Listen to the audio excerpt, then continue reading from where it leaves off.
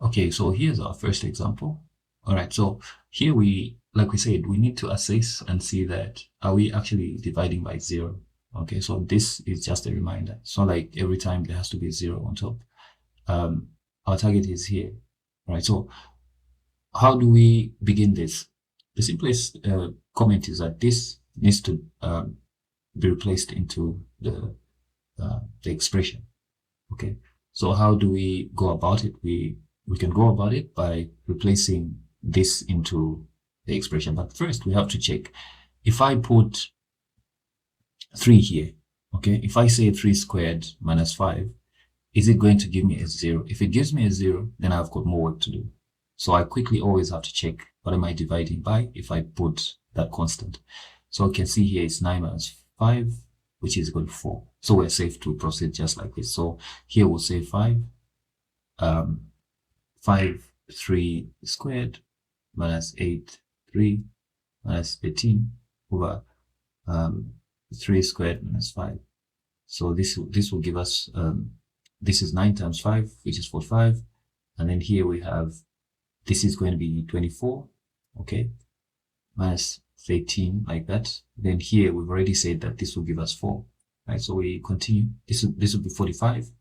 That will be 37. So 45 minus 37 over 4, like that. Then this is going to be 8 over 2. So we can say that this is equal to 2. Okay, this is equal to 2. So now you can write this whole statement here if you want, or that's your solution. So we can say limit of this function as it approaches 3 is actually 2. So usually it's better to write this whole statement down like this. Okay, 5x squared is 8x minus 18, like that. Then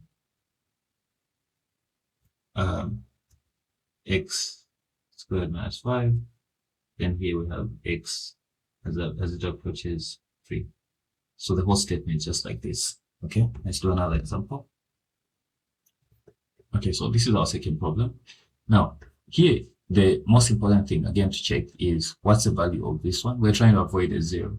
Okay, so what's the value of this one as we approach 2? So we'll get x squared minus 4, and then we'll put 2 squared minus 4. So we get a 0. It means that here we have more work. Okay, so the immediate thing to do is that now, like we said, we need to be very good with simplification here. So we are going to try and simplify, and the only thing that gives us that takes us to a 0 is because inside this we have x minus 2. So we've got to be able to visualize that. So how do I get rid of this? Right. So that's my thinking. So I have to go and factorize this. I have to go and simplify this. So if we looked at this, we use FOIL. Okay. So if I multiply this, I'll get what? I'll get a 30. Okay, 30. So if I get 30, what two factors can I use to get a negative here? It's 5 and 6. So I'll go and say 3x squared minus 6x, the big one, plus 5x. The big factor is the one that will give us a negative. Then minus 10 over x squared minus 4. This is difference of two squares. You remember that this gives us this. So I want to do this already so that I start coming down with this. Then here, what we'll do is that we'll factorize 3x, and then we'll have x minus 2. And then I factorize again here, 5 plus 5. Okay, then this will give me x minus 2 as well. Then you see that here I'll have x minus 2 and x minus 2 and x plus 2. Okay, we'll maintain that. Then here our factors are going to be 3x plus 5, and then x minus 2, right? And then I'll have here x minus 2, x plus 2. Now we see that these are factors because these are almost like numbers, right? So they're complete, they're in brackets, right? So here now we'll have 3x plus 5 over x plus 2, right? Now we can actually apply, because these functions are the same. So I'll not copy it down now, but these are the same, right? Because we just simplified. Now we are going to replace this into our equation. So our expression. So we'll have 2 plus 5, okay? And then we'll have 2 plus 2. So this gives us what? This gives us 6 plus 5 over 4, which is 11 over 4. So 11 over 4. That's the limit of this function as it approaches 2, okay? So here we had to take note of the divisor, that it was actually going to give us the indeterminate form. And so we had to work through that it gave us the indeterminate form. And so we had to do some manipulations to make sure that we get rid of the factor that gives us a 0. Okay, so let's try another one. All right, so here's another example. What do we do with this? Now, here we have to be very, very careful because it's not obviously clear. So we have 3 here. Our first thing is we check the divisor. So I'll check it from here. So we'll do 2, 3 squared minus 5, 3 minus 3. Like that. So here we'll have 2 times 9, which is 18, minus 15 minus 3. So here we can see that we're getting 18 minus 18, and we get a 0. So we get our indeterminate form, which is 0 over 0. Okay, or something divided by 0. All right, so how do we work this out? Okay, how do we work this out? We're first going to manipulate this and make sure that we don't have this divisor, this 0. So now here we know that it's a difference of 2 squares, but what squares? So we can say x squared gives us 4, remember from our basics. And then this is, what square is this? This is 9 squared. Okay, and then we look at the bottom here. We're going to also begin our simplification here. So we're simplifying two equations. So this is 6, negative 6. And how do we get 5 from negative 6? How do we get negative 5 from negative 6? It's minus, it's going to be minus 6 plus 1. Okay, so we can say minus 6x plus 1x minus 3. Remember, we cannot use 3 and 2. Why? Because we need a negative here. We can't make a negative number from 2, negative 5 from 2 and 3. So that's why we're using that factor. All right, so here now we can simplify this to say it's x squared minus 9. Okay, difference of 2 squares. And then it's x squared plus 9. All right, then we continue with the bottom part. You see that the bottom part we can simplify to 2x. We factorize. Then we have x minus 3. And then plus 1. X minus 3 as well. Okay, so there's still more work that we can do with the top part. Now this is still difference of 2 squares, and we're targeting to remove what's giving us a 0, which is x minus 3. So we're saying x minus 3. Okay, and then we'll have x plus 3. Then we have x squared plus 9. Okay, we're maintaining everything. We're not losing any numbers here or factors. So here at the bottom now, our simplified form is x plus 1. Or our factorized form, not simplified, but factorized form. Now we can see that we can cancel these factors out. And so we have x plus 3, and then we have x squared plus 9. Okay, then we have 2x plus 1.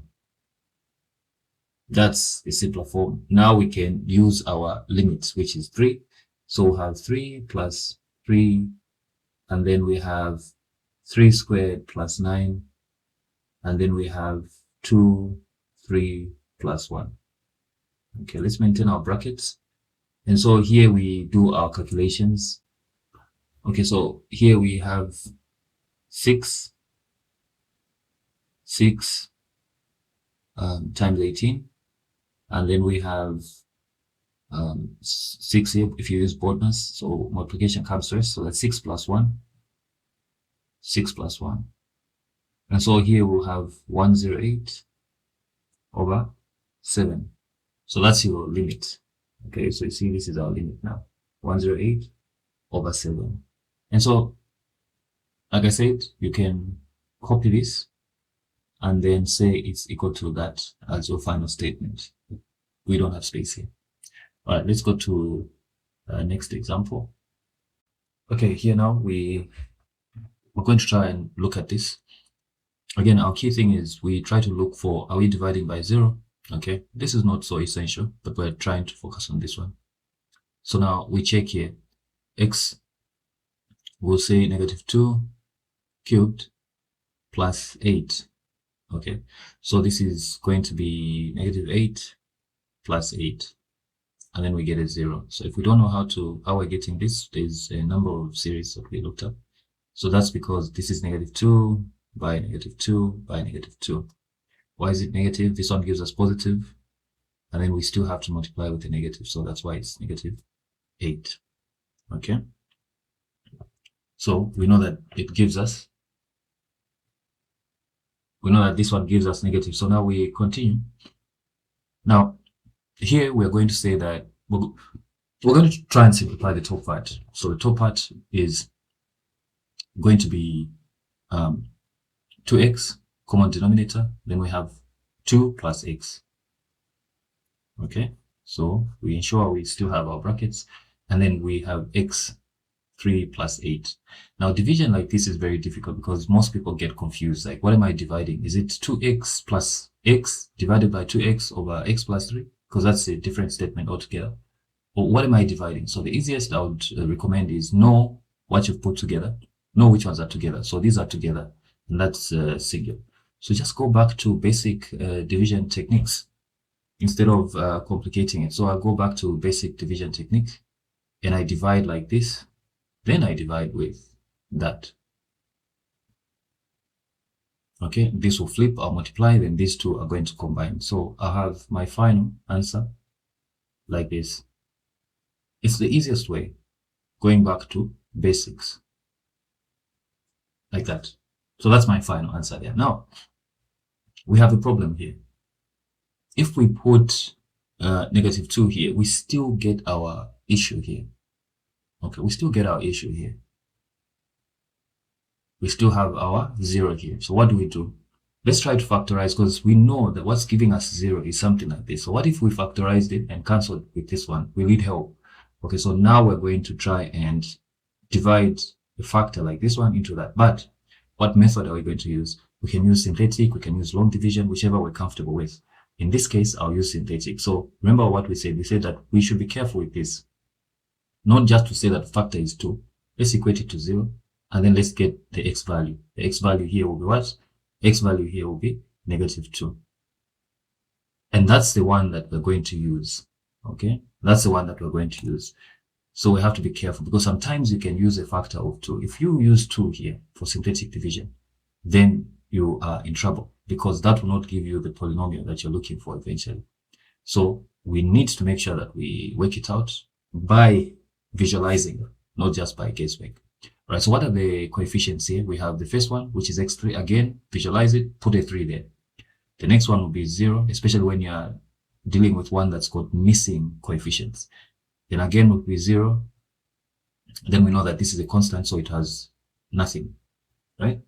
So what did we say we used to do? We bring this one down, right? So this one times this one. Okay, it's this one times that one. It gives us -2. So this is -2. Then -2 by -2 gives us 4. We add these two, they give us 4. This gives us -8. And so we get our 0. So our quotient, okay, is going to be, this now reduces these by 1. Okay, so this is x2, this is x, and then that's a constant. So our polynomial that we find is x squared minus 4x, minus 2x rather. We can see there's a 2 here, so that's the one we use, minus 2x plus 4. You see that? Okay, that's our polynomial. So we can say now this one equal to create some space here. We're going to say this one is like this now. Remember what we did. So we said that this is going to be like that. But we also say that we maintain this. Now we've factored something out. Remember, that's our new polynomial. And then we are saying that we are multiplying with this to get that one. So what are we multiplying with? We have x squared minus 2x plus 4. Okay. I hope we're following. Now we've got this factor that we can remove. So we have 1 over x squared minus 2x plus 4. But we cannot forget the 2x. Okay, or if I were to write it, I think let's maintain order. So we are still here, 2x, that's the first one, that's the first factor. The second factor is plus 4, like that. Right, so this is what we've come to. Now we can test our negative 2 again. So we'll check here. This one doesn't give me a 0. It's actually negative 4. Okay, and what about here? This one gives me 4. Because I'm replacing now with a negative 2. This one gives me plus 4. Okay. And this one also gives me plus 4. Okay. So now we see here we are going to have what? We're going to have minus 4, minus, we're going to have 1. Okay. On top. And then at the bottom, what do we have? We have 4. Okay. I'm going to use the negative here because I'll use it already.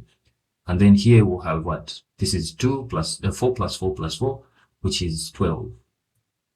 So we can see that now we get negative 1 over 48.